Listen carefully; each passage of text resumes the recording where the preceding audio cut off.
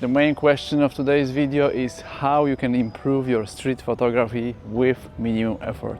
Just a side note, I am planning to run a few episodes of this, different type of advice, so stay tuned for more. In this video I'm gonna show you how using different filters will improve your photography, street photography. This is the minimum effort because the only thing you have to do is to buy a filter, and you don't have to buy expensive filters anymore. Just listen. Filters are something we sometimes forget about, and I am a perfect example of that. When I started my street photography, I didn't have my own, so that was the beginning. That's probably the reason why I took photos only at night or late evenings, like a late blue hour.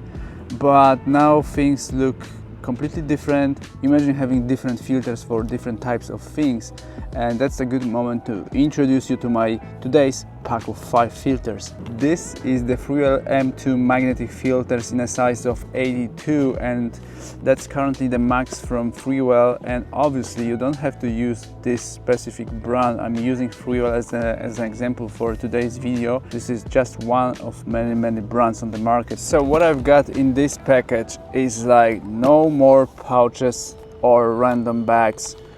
This super slim protective case is really useful. I'm gonna show you this because you have all of your filters and accessories like a lens cap and a frame within a single bag. Moving on, inside we have 3 different ND filters. It's ND8, ND64 and ND1000. Also we have a CPL filter, which is like a polarizer, and we also have a UV filter as well. Besides that, there is also a protective front lens cap, which looks something like this. And as you can see, there is a holder, so you can take it off and put it on again in seconds. Okay, but what about those filters? So I've got 3 different ND filters in the pack.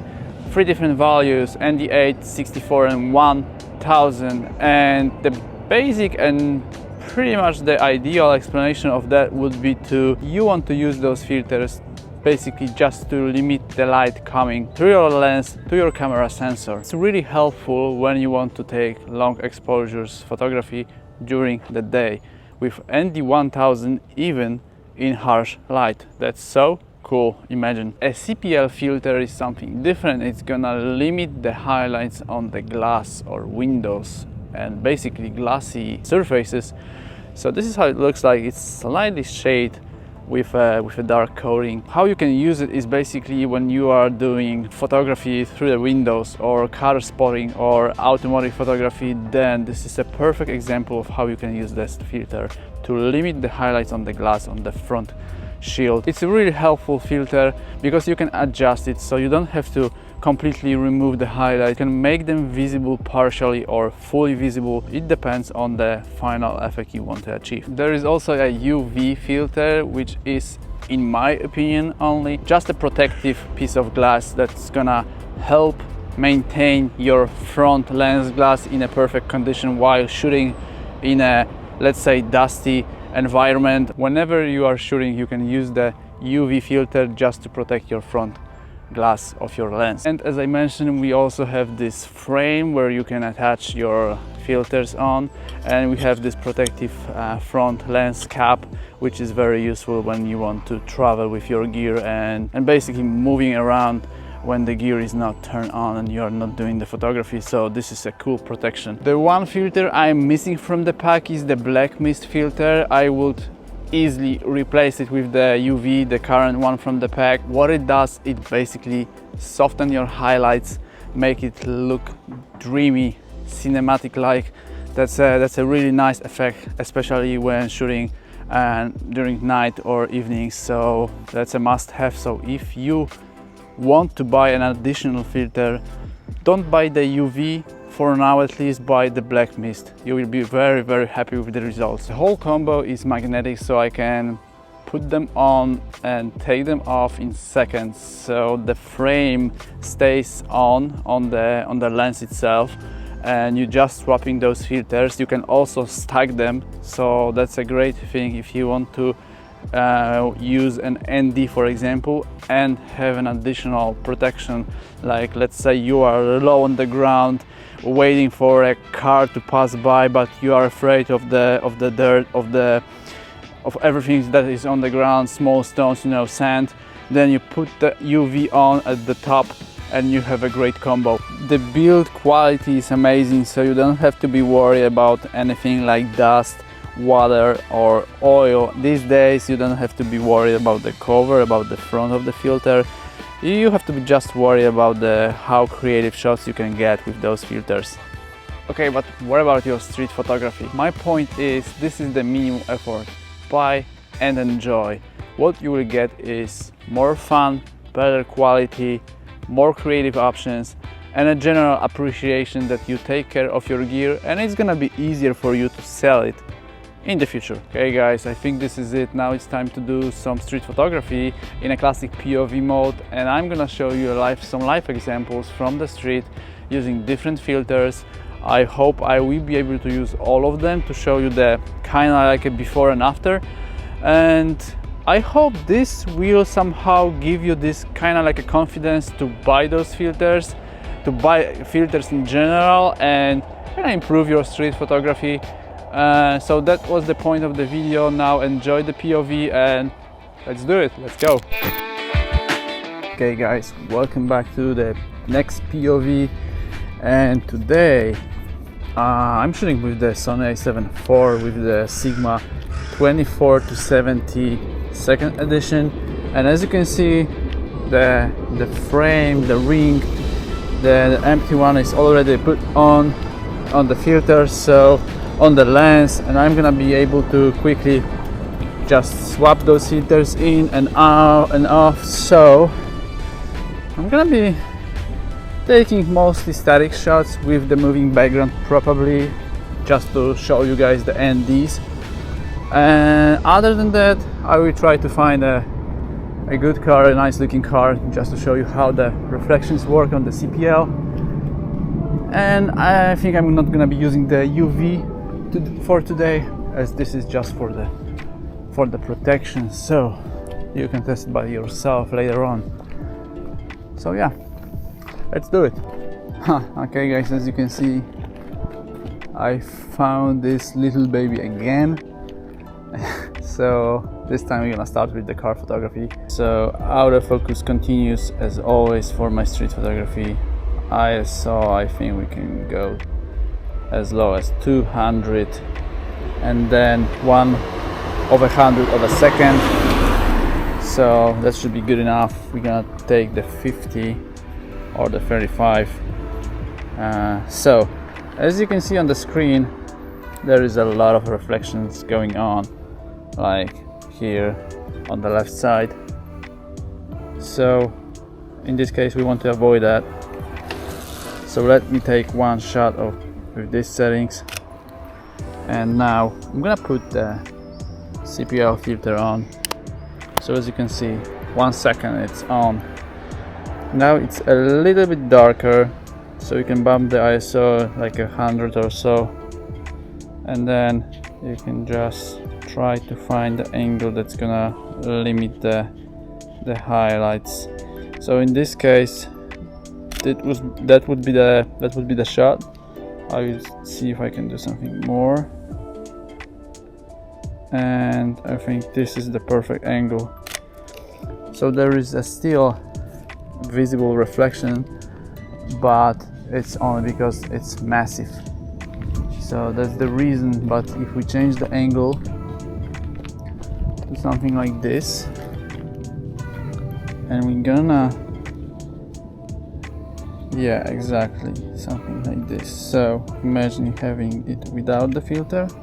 Look at what's going on. Changing the ISO to 200 again, and now 320 with the filter, finding the best angle,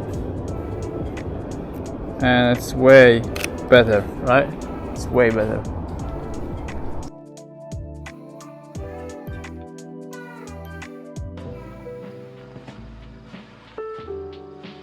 Okay guys, let's move on, and now I think it's gonna be a good a good way to show you a good moment to show you guys the ND filters, but I need a bus or a tram or something that is moving, constantly moving. So I think I'm gonna hit the trucks and then show you a couple of shots from the bridge.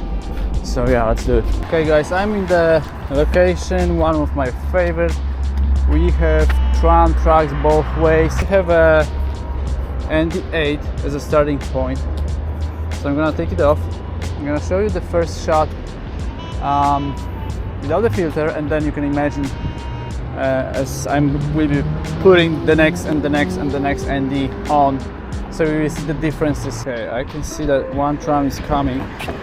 The settings I am gonna be trying to use are as follows. So the ISO, I want to keep it at 100, and 1 second is maybe too much, so maybe 0.6 seconds at 35 mil. As you can see, I can see shit. It's kind of pointless, right now.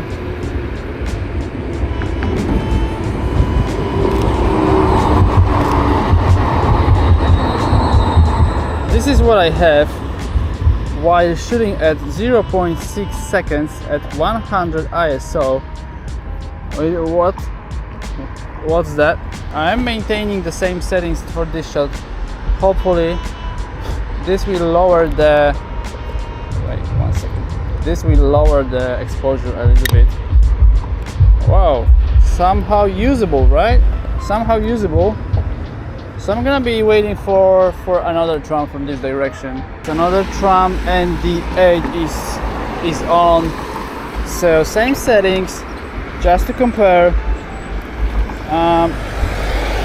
Yeah, you will see the results. So hopefully you can see the screen. I think that was the position. It doesn't have to be ideal shot.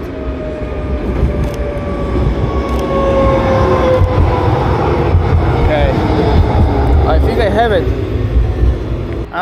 Yeah, let's do the same with the N64 and see the difference. Okay guys, let's do it really quickly. I didn't expect that another tram. So now we have the N64 attached, and we have a tram 35 mil. Okay, got it. So we don't have to wait any longer for this one, and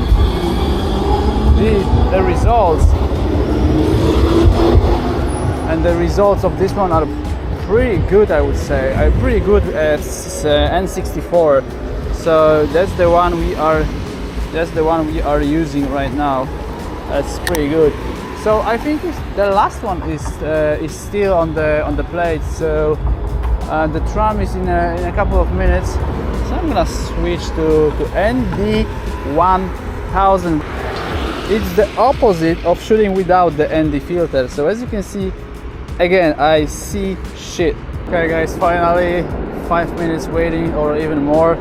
The last tram of today's video is coming.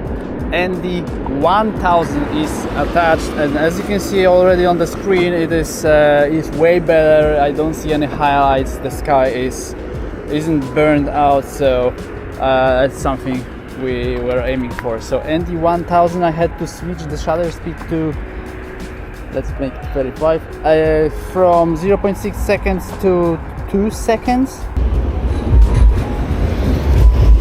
That's the first one and the second one.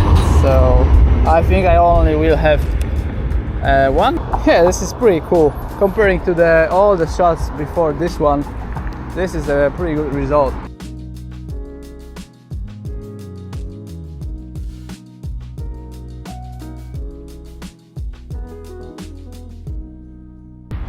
Okay guys, I hope you will get my point of view on how filters might help you improving your photography. Both, I guess, the car and I believe the car and the tram's photo shoot were really good examples on how different filters improving your shots, especially when it's bright light. Today it wasn't even a harsh light. Today it's cloudy, so imagine how would the ND, let's say 1000, help me with that last couple of shots, so that's sick.